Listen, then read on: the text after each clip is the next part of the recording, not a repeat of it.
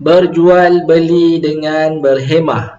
Berjual beli dengan berhemah. Perhati dan fikirkan. Suasana di kantin, murid beratur untuk membayar makanan yang telah diambil. Baik, jual beli. Pengertian jual beli ialah akad pemilikan harta yang memberikan kesan pemberian pemilikan secara kekal terhadap objek, harta atau manfaat. Okey, kata kunci dia lah akad memberikan kesan. Bila dah diucapkan akad, akan menjadikan kesan pemilikan kekal. Okay, akad, bila akad disebut akan jadikan kesan kepada pemilikan kekal terhadap objek. Siapa yang dapat kekal? Orang yang beli. Dalil, wa ahallallahu al-bai'a wa harrama ar-riba. Maksudnya pada hal Allah Subhanahu wa taala telah menghalalkan jual beli dan mengharamkan riba. Hukum jual beli adalah harus selagi memenuhi syarat-syarat jual beli yang ditetapkan serta tidak melibatkan perkara-perkara yang diharamkan dalam Islam. Baik, ada soalan, bagaimanakah cara untuk menjadi pembeli dan penjual yang berhemah? Bagaimanakah cara untuk menjadi pembeli dan penjual yang berhemah? Okay, nanti awak akan dapat jawapan dia. Nilai murni berdisiplin dalam urusan harian. Baik,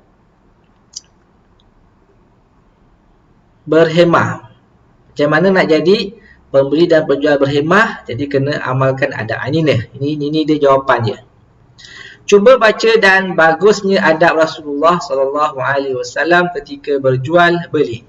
Okey, adab penjual, adab orang yang jual barang. Adab orang yang jual barang.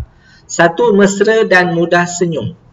2. Jujur, berterus terang serta tidak menipu dalam timbangan dan sukatan. 3. Menjual barang yang halal dan berkualiti serta tidak menjual barang yang haram seperti arak, dadah atau sesuatu yang mengandungi unsur daripada babi. 4. Mengucapkan terima kasih setelah selesai urusan jual beli. Yang 5. Sabar dan bertolak ansur dengan pelanggan. 6. Tidak memonopoli barang untuk dijual dengan harga yang tinggi dan hanya mengambil keuntungan pada kadar yang sepatutnya. Maknanya memonopoli, contoh dia beli, dia borong, dia beli semua gula pasir, gula yang untuk minuman tu. Bila stok gula dah tak ada, maka orang semua mencari manakah gula nak beli. Maka pada masa itu dia akan jual dengan harga yang mahal, yang tinggi. Jadi ini tidak boleh. Tidak boleh. Yang ketujuh, mengelakkan elemen riba. Okey, 7. Adab penjual. Manakala adab pembeli, orang yang beli barang, 1. Berkomunikasi secara baik. 2. Tidak membeli barang yang haram seperti arak, dadah atau sesuatu yang mengandungi unsur daripada babi. 3. Menyenangkan urusan penjual. 4. Tenang dan tidak banyak kerenah. 5. Sabar menunggu giliran ketika membeli. 6. Berterima kasih setelah selesai urusan jual beli. 7. Mengelakkan pembaziran. 8. Bertimbang rasa terutama ketika kekurangan stok barangan. Baik, mencontohi Rasulullah SAW dalam berjual beli. Iaitu yang pertama, Rasulullah SAW bertolak ansur. Rasulullah SAW memberitahu bahawa Allah Subhanahu Wa Taala merahmati orang yang bertolak ansur ketika menjual, membeli dan menuntut hutang. Kedua, jujur dan amanah. Pesan Rasulullah SAW kepada penjual dan pembeli agar jujur ketika berjual beli bagi mendapatkan keberkatan hidup. Dan yang ketiga, menunaikan hak orang lain dengan sempurna. Seorang lelaki datang menuntut hutang daripada para sahabat, iaitu seekor unta. Para sahabat mempunyai unta yang keadaannya lebih baik daripada unta yang telah diberi hutang oleh lelaki itu. Rasulullah SAW memerintahkan agar diberi sahaja unta yang lebih baik itu, supaya Allah SWT menggantikan mereka dengan yang lebih baik pada masa akan datang, kerana mereka menunaikan hak lelaki itu dengan sempurnanya. Nilai murni berusaha meneladani sifat Rasulullah SAW. Baik, fahami dan amalkan. Kepentingan beradab ketika berjual beli. Kepentingan daripada individu mendapat pahala dan keredaan Allah SWT. Pembeli dan penjual berpuas hati dan gembira, serta keberkatan hidup terpelihara. Bagi masyarakat pula, imej Islam akan terjaga, hidup aman, damai dan sejahtera, dan menghindarkan pergaduhan dan ketidakpuasan hati. Pada negara pula, negara akan sentiasa dalam keadaan harmoni, menjaga kestabilan ekonomi negara dan memelihara imej negara pada pandangan negara luar. Lihatlah betapa pentingnya kita beradab ketika berjual beli.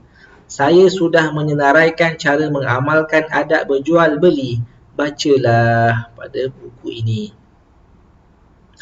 Seterusnya, adab-adab ketika berjual beli. Di kantin atau di kedai makan, adab pada penjual sabar dan mesra melayan pelanggan, menyediakan makanan halal, bersih dan berkhasiat. Adab pada pembeli pula beratur dengan tertibnya dan sentiasa berhati-hati. Manakala yang seterusnya, adab pembeli di kantin atau di kedai tidak mengambil masa yang lama memilih makanan dan minuman. Ketika di pasar jualan, adab pada penjual jujur dan tidak menipu dalam timbangan, tidak mengambil untung keterlaluan. Adab pada pembeli pula memberikan laluan ketika selesai membeli dan mencari dan memilih barangan yang baik dan halal sahaja.